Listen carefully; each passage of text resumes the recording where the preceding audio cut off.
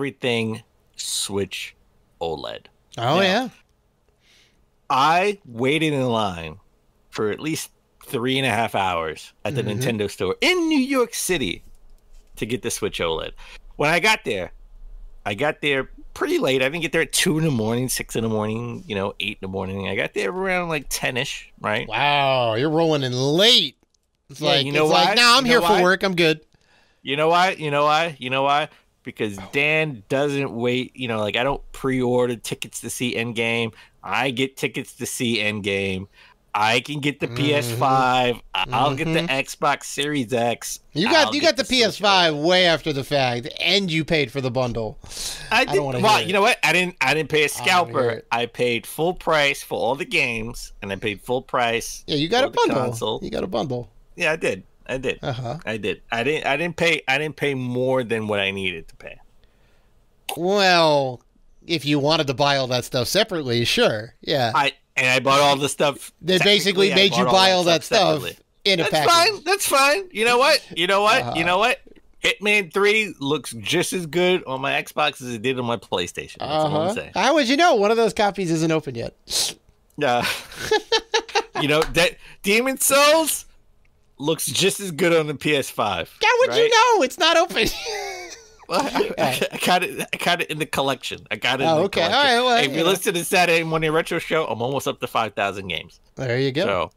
So, all right. So you got you waited in line for the OLED, right? Well, I got there and I saw the line around the corner, and I said, "Screw that! I'm obviously not going to get it." And I went to a thrift store that's in the city, and I saw guys with Nintendo bags, and I just something in me acts like, hey, like, oh, you got the OLED? And they're like, yeah, but, the Nintendo store said they had like 300 in stock. So, of course, I said, if they have 300 in stock, I can get one if I go wait in line. So I ran, which is about 4 blocks away, ran back, waited in line, was in line for like 3 hours. I did wait a long time. Finally got in the store, and I was able, if you're watching on video, I see it behind me. I was able to get a Switch OLED White Edition. Watch the mic there. Watch the mic. It's an expensive mic. We got to make sure we don't break the mic. I got the Amiibo, the Metroid Dread Amiibo, and Metroid Dread Special Edition. There you go. With the case. I did get the case with which I can't find the case. Oh, here's the case, the black and white case. Oh, very nice. Very nice. So, I know you just got the Switch OLED. I did. It did. Our good friend Joe, he got me a PS5. He got me a Xbox Series X. He got me the Switch OLED. Yeah, he's the king of finding hardware. I don't know how he does it. I don't have a Joe in my life, so I definitely had to go wait online for 3 hours. Well, I would have done the same thing with you if I could. I definitely wanted to be there. So they only allowed one per customer. They didn't allow you to buy more than one, especially a special edition Metroid. It's always the guy that's in front of you that wants to buy like 4 special editions, and they say no, you can't buy 4 special editions. Only buy 1. Yep. So I know you use the Switch primarily handheld. I have to. I lost my dock. Well, now you have a new dock. I left it at Jamaica State. Yeah, that's right. It's never leaving the house. So I know that you have a dock, and I know that you do play handheld. Yep. And I'm here to tell you, someone who's played 5, 6 hours, 7 hours of Switch handheld, you will never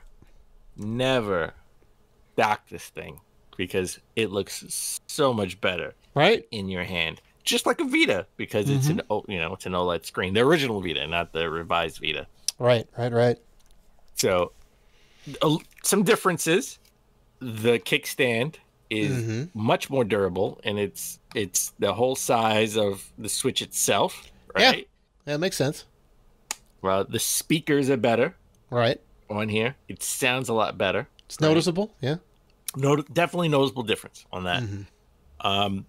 I would say the downside, and this is a nitpicking, by the way, is a little when you put the cartridge in, there's like a little indent, so you can take this part out. Yeah. The old one Right, had so that too. Yeah. Yeah, there's no indent here. You really have to have fingernails to go in to open up to put the cart in. The indent is there. It just goes all the way across. Well, it's got a groove, but it's not like a tiny smaller. Groove. It's smaller than the one on the original Switch. Yeah, I don't know. It's a little bit smaller. I'm always worried about that hinge. Like, I'm surprised I haven't ripped mine off yet. But the little hinge on the top, that's the thing that freaks me out. And I know you can't see it in the video, but the power button, right, is a lot smaller, and it's a little bit more inward. Yeah. On the Switch. Yeah. So. And, just a little FYI for people who have an older Switch. Like, I have every Switch model. I have the original Switch. I have the revised Switch with the better battery, which is my Animal Crossing Special Edition. I have the Switch Lite, and now I have the Switch OLED. Nice. And I did power. If you're on Instagram, take a look at the stories, because I did take a picture of all the Switches in a row. And one of my switches wouldn't turn on, and I freaked out, as anybody would if their console doesn't turn on. And I figured it out. If you have a switch that's not turning on, hold it down for like 20 seconds. Hold the power button down for 20 seconds. Release it, push it down, release it, then push it down again for another 15 seconds. Yeah. And then the switch will power back on. Oh, yeah. So it wasn't in like sleep mode or whatever, I guess. May have been in It was fully charged, funny enough. I just haven't used it in so long. Right. That you have to hold it down for like 30 seconds. Right. It like legit turns off. Yeah. It legit turned off, and it wouldn't turn on by just pushing the power button. And I got scared. I was like, do I have a brick? So all my switches work. Yeah. Good. I found it. And a little FYI, hold it down for, I want to say 20 seconds, right? Just to be on the safe side. Take your finger off the button, push it, and take your finger off the button, push it back down for another 15 seconds, and then you'll see the Nintendo logo pop up, and it'll turn on. Hopefully that works for you, because it worked for me. So I have all 4 models of the Switch. I am super excited that I love playing the OLED. The OLED will be my main Switch going forward. Of course, same here. It just looks that much better.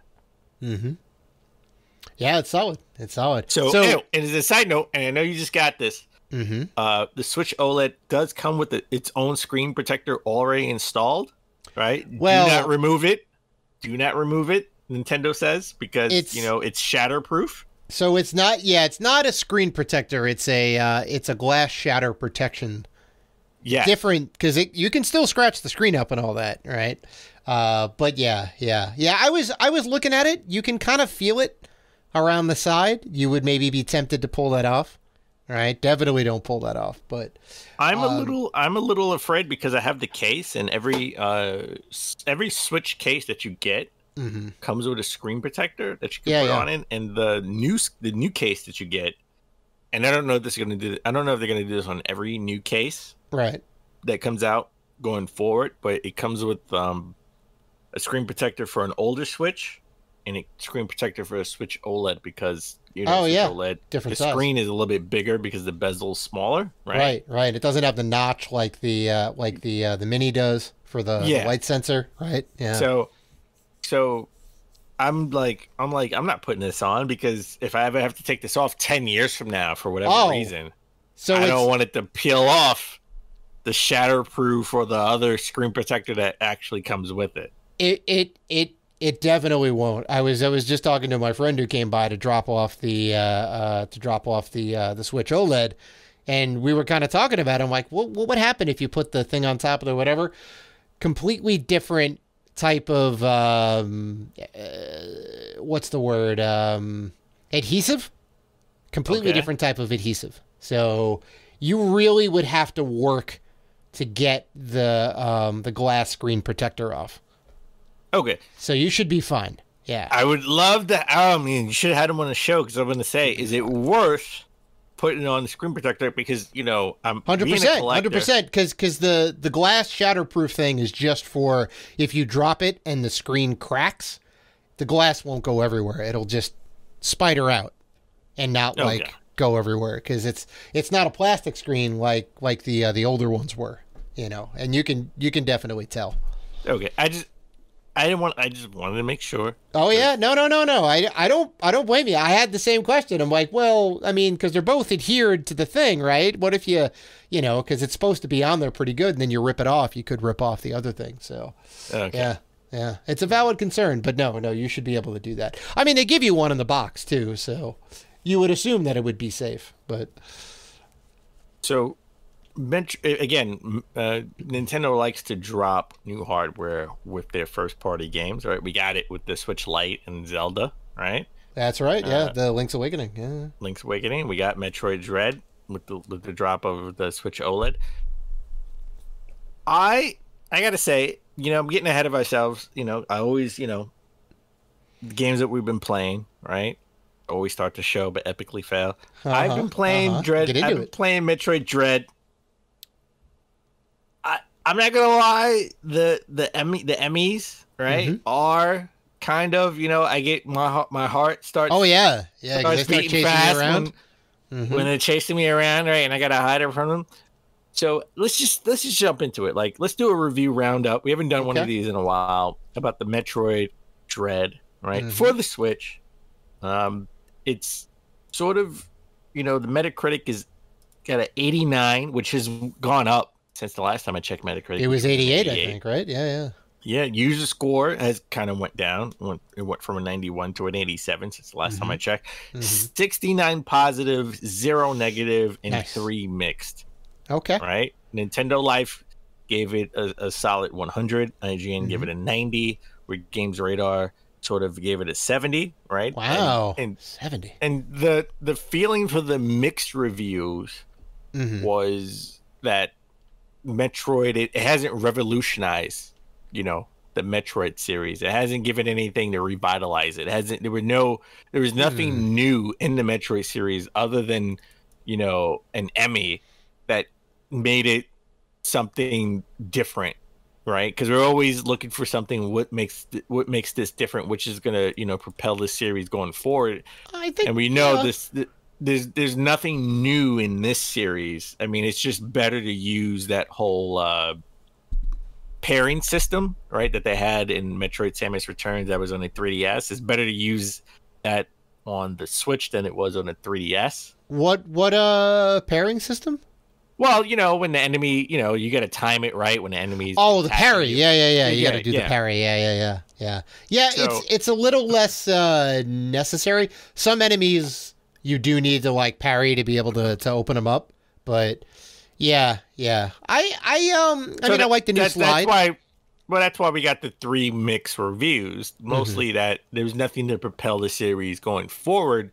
Like we hope Metroid Prime 4 will, you know, help the series. Well, move forward. that's a you know, third person adventure game as opposed to a side scroller. But I would disagree. I think the new slide mechanic is cool, right? And you get that at the start. And the way they kind of break up the levels, you do get a lot of new power-ups like early on too. You know, it's not just like morph ball and then the power bomb or the regular bomb and you know, whatever else. So I don't know. I mean, I guess maybe. I mean, it does feel familiar, but it also feels new. But okay. I mean, okay. I'm not gonna lie. So I haven't played a lot of it. I haven't played. I mean, you know, I played maybe like 2.5 hours to 3 hours of Metroid. I'm probably almost 10 hours in. Wow, man. I am going deep on this game. Yeah, I love it. I love it.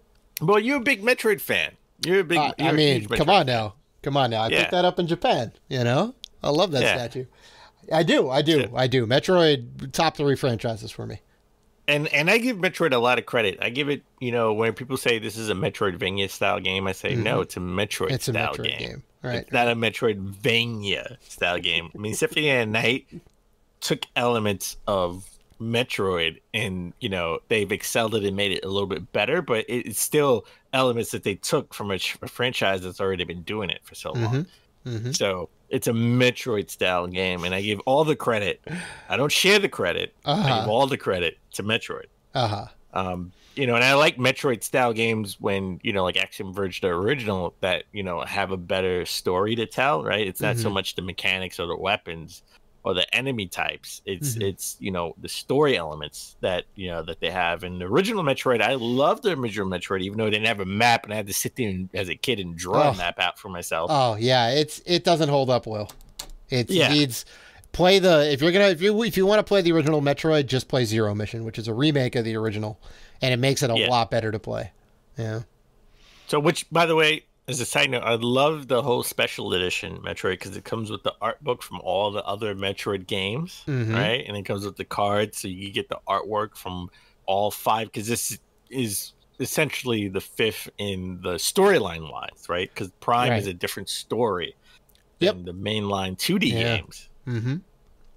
So I love that. I love having the art book in the view on video. You can see behind me. I have the art book. I have the special edition right behind me. Yeah, it's good. And good. all the amiibo for Metroid, which I love the Metroid amiibo. They're very inventive in how they made the different amiibos and Samuses. So that's the one thing I don't have. I need to get the amiibo. Oh man, I'm not gonna lie. They didn't have a lot of the amiibo. Waiting online, I was a little nervous because I got there. People were waiting in line since 2 a.m, and they were taking reservations 8 o'clock, 9 o'clock, 10 o'clock, and I didn't have a reservation. And I was a little worried that I wasn't going to get the amiibo. And I love getting my amiibo. Right. A lot of people that were in front of me weren't getting the amiibo, so they were plentiful. And they had a lot in stock. And again, selling one per person because they didn't want they wanted to have enough to sell to everybody. Yeah. And I understood that, and I wasn't mad at that. I wish, again... No, you got to do that. I mean... We talked about, waiting outside to buy the PS5 or the Xbox, right? I wish, we could have both waited outside, early on to get the the Switch OLED, right? Yeah. And, you got the amiibo and everything. I haven't opened it yet. It's behind me. I haven't opened it yet. I do want to open it. I'm not going to keep it sealed. Oh, I think you get an extra energy tank if you scan the amiibo. Yeah, I'm not gonna. I will open it. I'm not going to keep it sealed. And I know it's, we live in New York, so we do, when it comes to Nintendo, it's just a test of endurance to wait outside the Nintendo store because they're going to have it in stock. Right. Well, I'm surprised they did that. I'm surprised they did that. We're getting back to normalcy, which is good, right? Because they didn't do that. Yeah. They haven't been doing that with the PlayStation 5 or the Xbox, right? Because zombie apocalypse and all that. They didn't want to have a bunch of people gathering together and waiting outside and being a vector point for disease. So you couldn't Iron Man it, but you were able to do it, which is awesome. I'm super happy. And after I did that, I actually went back to the thrift store to pick up some good retro games, which I'll talk about in Saturday Morning Retro Show later this month. We will talk about spooky games. Cheesy plug. Last Saturday of every month we do. That's right. It's Halloween, baby. Halloween, baby. Best holiday of the year. Fight me on that.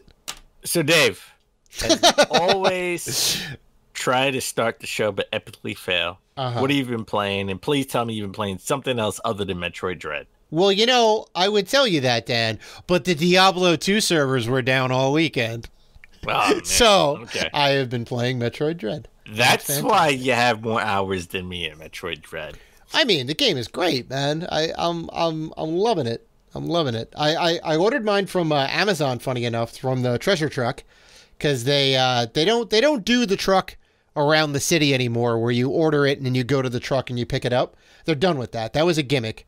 So now it's just curated items, and you'll get a notification if you want it or not. Usually it's junk and you never want it. But now they just deliver it to you, which is fantastic. So you don't have to go to a location at a time to pick a thing up. None of that. So I was able to get it, and then like a minute later I went back to look, and they're like, yeah, out of stock. So I haven't opened up any of the other materials yet, but I love it. It's the last thing that I got. I got the grapple beam, and I got something after the grapple beam, and I think I'm in like the 6th area. It's about all I can say. But there's definitely some surprises. There's some cutscenes with voice acting. I was very I was very surprised about that. They do some cool stuff in the game. I like it. I'm not gonna lie. I am anticipating next week's show because I can't wait to get your opinion on the Switch OLED. Playing on the Switch OLED for after the show. Week, he's gonna say he beat Metroid Dread. He beat it on the Switch OLED, and you're gonna tell me you're gonna confess your love for the system because I know you're gonna love it. I know you're gonna love it. Of course. So that's all I've been playing, Dan. What about you? Besides Metroid Dread. So besides Metroid Dread, which I've only put about 2.5 hours in, almost 3 hours in, which hopefully I can be up to you right by next week. You'll get there, Dan. I did pick up No More Heroes 3 for the Switch. Oh, nice. By the way, nice. And some people have had some mixed reviews about it. I don't know. I like the beginning tutorial. It's an open world game more so. Like once you get past that part, it's more of an open world game where you can go wherever you want, traverse the land on your motorcycle, just like a GTA game. And I haven't gotten past that part because I went back to Metroid. And I felt like, I don't know if you played any of the other No More Heroes games, but like you have sort of like a lightsaber. Yeah. Where it runs out of energy. And you gotta hold down R and shake the Wiimote. The stick. Yeah. Well, now you gotta shake just the stick, and I was like, I hope it don't break the stick because you gotta shake it around to sort of like kick the batteries in, right? Oh, that's funny. So you got to do that again, and I was like, I don't want to break my right stick shaking this thing. But the story is out of this world. It's cool. I wish it was a little bit more linear for me again because I was playing Metroid. I didn't, have the mindset to go exploring, and it's something I'm probably not going to go back to anytime soon. But I definitely wanted to pick something else other than Metroid, just so I can, see, see the screen, the OLED screen with something new. That, and I beat Lost Judgment on the Series X. I thought Lost Judgment was a great but interesting game. Persona 5, in the same way that I think Persona 5 is an interesting game with that story. There's just a different culture with the Japanese culture compared to the American culture. Yeah. I don't want to get too much spoilery, but like the story is just kind of out of this world where I was like, are you kidding me? Really? And I'm not downplaying, because Lost Judgment is always about like a court case and what you're accused of doing, and I'm not poo-pooing or downplaying what that person was accused of doing. I'm just saying it wasn't as severe as like murder. When they act, they sort of in the beginning of the game, mostly in the beginning of the game or the first half of the game, act like what you're guilty of was like the worst thing ever in this world. I see. So the it's like you stole candy from the store and you're in like, Eyewitness News. You're in like, the first. The criticism doesn't fit the crime, right? Or the punishment doesn't fit the crime, I guess. And again, it may be a cultural thing because I don't know if this is like a real thing, like how they treat it in Japan, right? And it's just all I could say is it's just different. I don't want to say it's wrong or their coverage of it is wrong, right? Because it feels weird, is what you're saying. I can feel the cultural difference personally, where I'm like, that's not worse than murder. Like that should be our main thing that we're focusing on: the murder. This person that's never coming back. Yeah. And I guess we could mention what happens in the beginning of Persona because it was weird. Is that you as the protagonist, right, Joker, right? You stop a rape essentially, and then you're the one that gets dogged for the crime of violence against the dude. Like you end up punching the guy to kind of break the thing up, and then the girl runs away and whatnot, and then you get accused, which is insane. And they kind of explain it at some point, or they try and explain it a little bit more, but it's still weird. It's a little weird. And it's something similar right to that in Lost Judgment. But the coverage, I would say it's like a fine line because the crime is still heinous, but I don't think that it fits the media coverage, Yeah. the attention that it got. Yeah. Like, Sure. it Yeah. you know. And even that with the Persona 5 example, I think is worse than what the person in Lost Judgment actually did.